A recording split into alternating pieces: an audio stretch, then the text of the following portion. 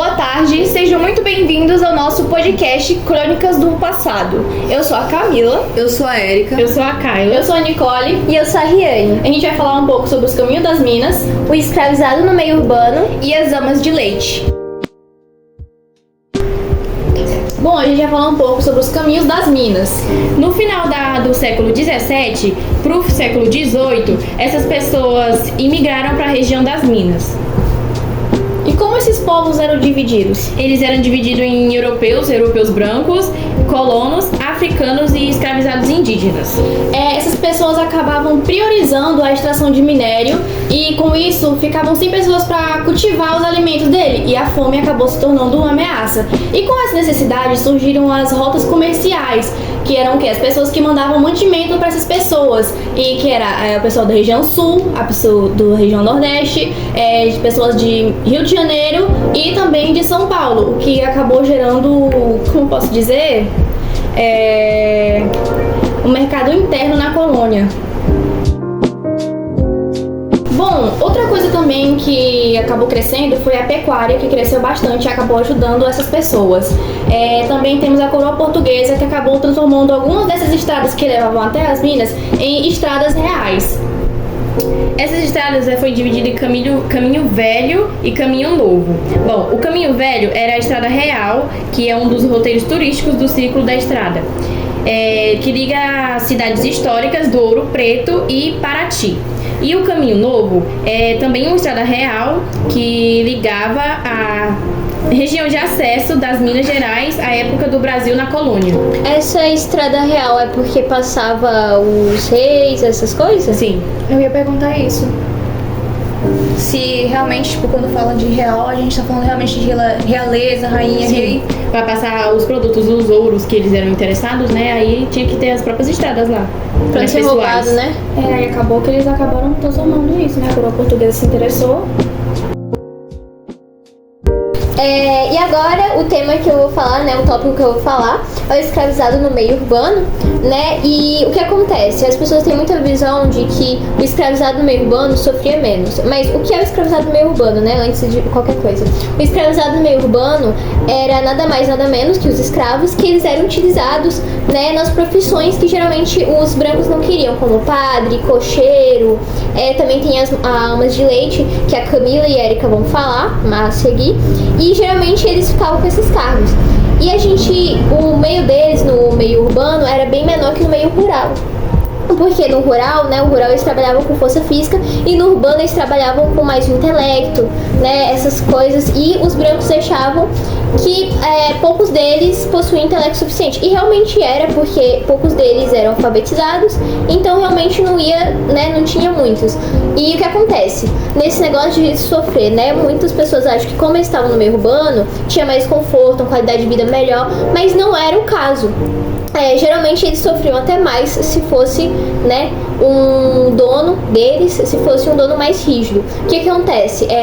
Como tinha as amas de leite, se a criança adoecesse, vamos supor, né, elas apanhavam só pela criança adoecer e tudo mais. E a casa não está bem limpa, então iam apanhar por isso, né, iam ser chicoteados por isso, e muitas vezes talvez até fossem levados à morte mais facilmente, né. Se o trabalho deles não fosse igual os seus donos quisessem, eles iam, né, apanhar mais facilmente. Então, o que acontece? A gente pode dizer que no meio urbano eles sofriam bem mais que no meio rural. E como eu já disse, eles trabalhavam como cocheiro, pedreiro, costureiro, doceiro e entre outros. Alguns eram alugados para fazer serviços como padres, né? Alguns eram feitos de padre e depois eram alugados para casamento, pedreiro para alguma festividade e tudo mais.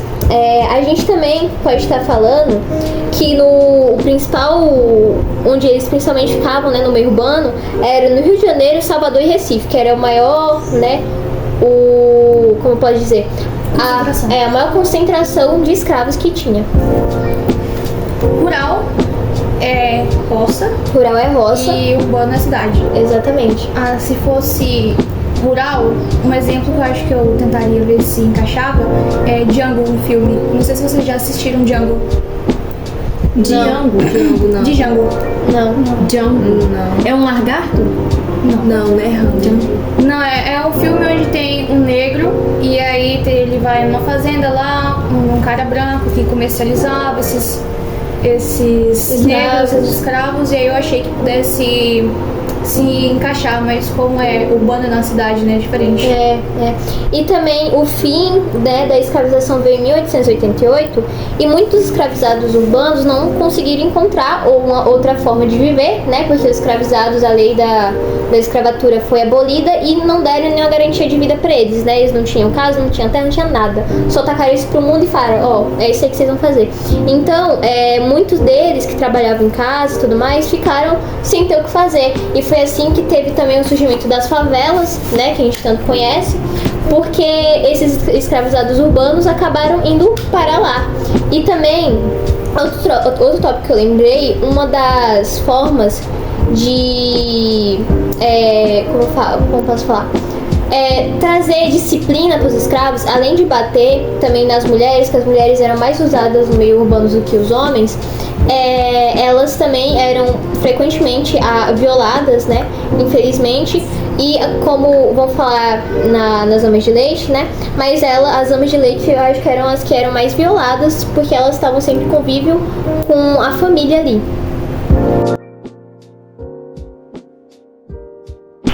Vocês já ouviram falar sobre amas de leite? Não. Eu ouvi falar em filme, em série, mas eu não sei muito bem não, acho que é melhor você explicar. Ama de leite, ou mãe preta de aluguel, era um ofício do Brasil escravocrata, de antes e depois da abolição. Tinha uns anúncios nos jornais que estavam escritos assim: procura-se mãe preta com bom leite, prendada, porque além de dar leite para as crianças, ela tinha que fazer os serviços de casa e tinha que ser também carinhosa para poder cuidar dos bebês, porque além de tudo elas tinham que ser babás. Da educação também, né? Sim. Tanto é que tinha algo que era assim, elas tinham que alimentar o corpo e a alma do bebê, porque além de ter que dar a alimentação da criança, ela também tinha que educar, ou seja, ela era uma empregada por completo, ela tinha que limpar a casa, ela tinha que ser carinhosa, cuidar do bebê, dar alimento e tinha também que educar, ensinar o bebê, sendo que muitas vezes as pessoas nem têm uma boa educação tanto quanto brancos. Essas mulheres também, elas trabalhavam como ama de leite para mais de uma família ao mesmo tempo. Seus filhos, quando proibidos de morar com a mãe, eram vendidos, doados e abandonados na rua ou na roda dos expostos. Como elas tinham várias crianças para alimentar, não sobraria leite para seus próprios filhos, entendeu? Porque aí ia meio que tá roubando aquilo que ela estaria trabalhando para dar para uma família, o filho dela estaria tomando. Então, meio que essas crianças elas são tomadas das próprias mães para não atrapalhar. E também a ama foi identificada como uma forma de suprir os desejos ou necessidades de mães que se opunham ao aleitamento ou estavam impedidas de realizá-lo. Contraindicada formalmente pelo Ministério de Saúde e a Organização Mundial de Saúde. A amamentação cruzada ou amamentação com amas de leite, como é conhecida a prática, traz diversos riscos ao bebê, podendo transmitir doenças infecciosas, como por exemplo a AIDS. Porque é bem capaz dessas coisas acontecerem, porque o leite, né? O leite é o sangue que vai se formando no leite, né? Passa pra criança. Naquela época, as crianças deveriam ter pegado muita doença, né? Nisso aí, né? E tipo assim, as amas de leite eram utilizadas mais pelo fato de que os aristocratas, né?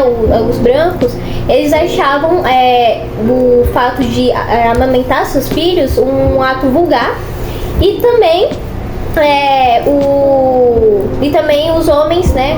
A Kayla tinha falado antes do começo do podcast que os homens também, né, não queriam que suas esposas amamentassem por causa do que aconteceria com seus corpos, né? Nossa, teria o caimento dos seios e tudo mais. Bom, analisando aqui a imagem lá na página 112, vocês podem acompanhar no livro lá com a gente, o comércio interno.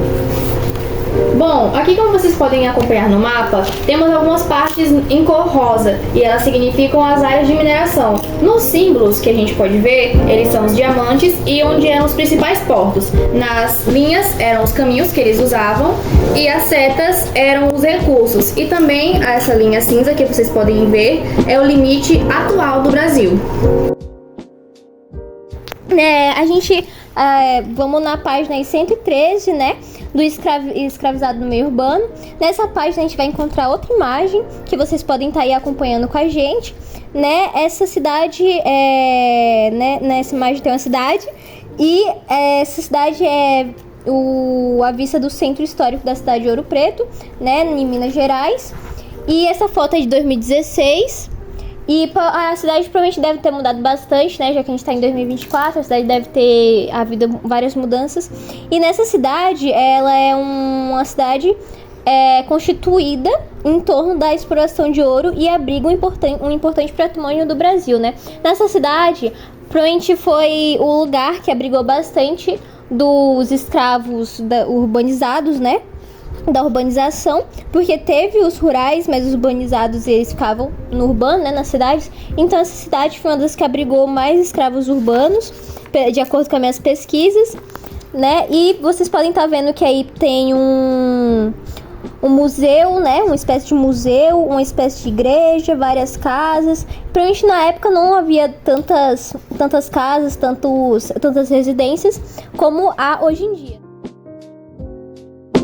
Então, aqui na página 114, a gente tem uma imagem de uma mulher, ama de leite. E nessa imagem a gente consegue ver uma mulher preta. Provavelmente ela era afrodescendente ou africana.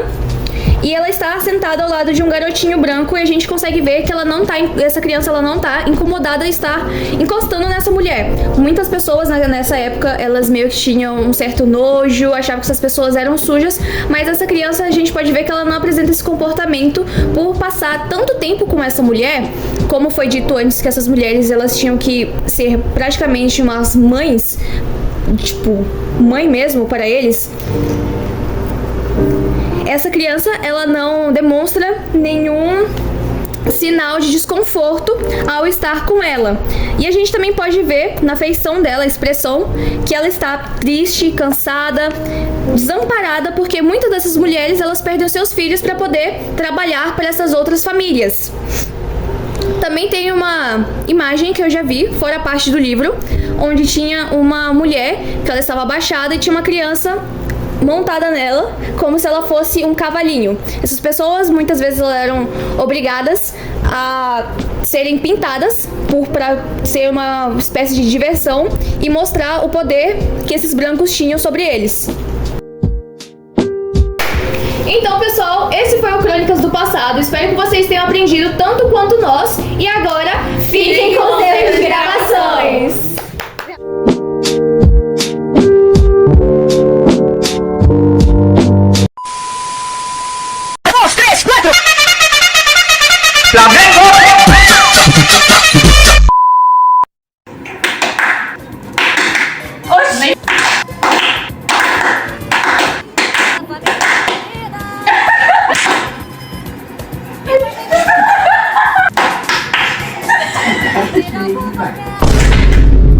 Boa tarde! Nosso podcast.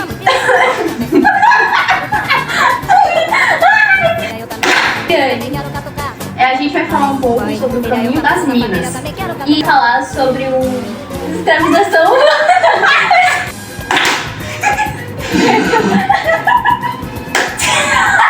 Mas todos. Era pra ser novo. Meu.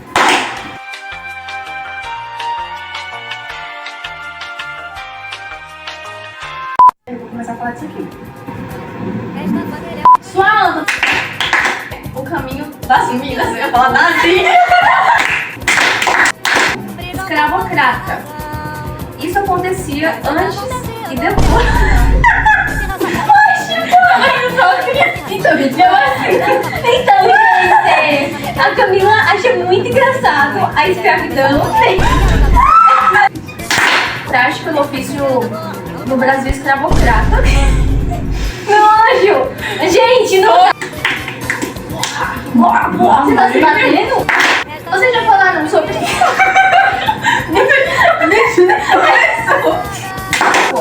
Ama de leite ou mãe preta? Bicho! Eu te abençoo!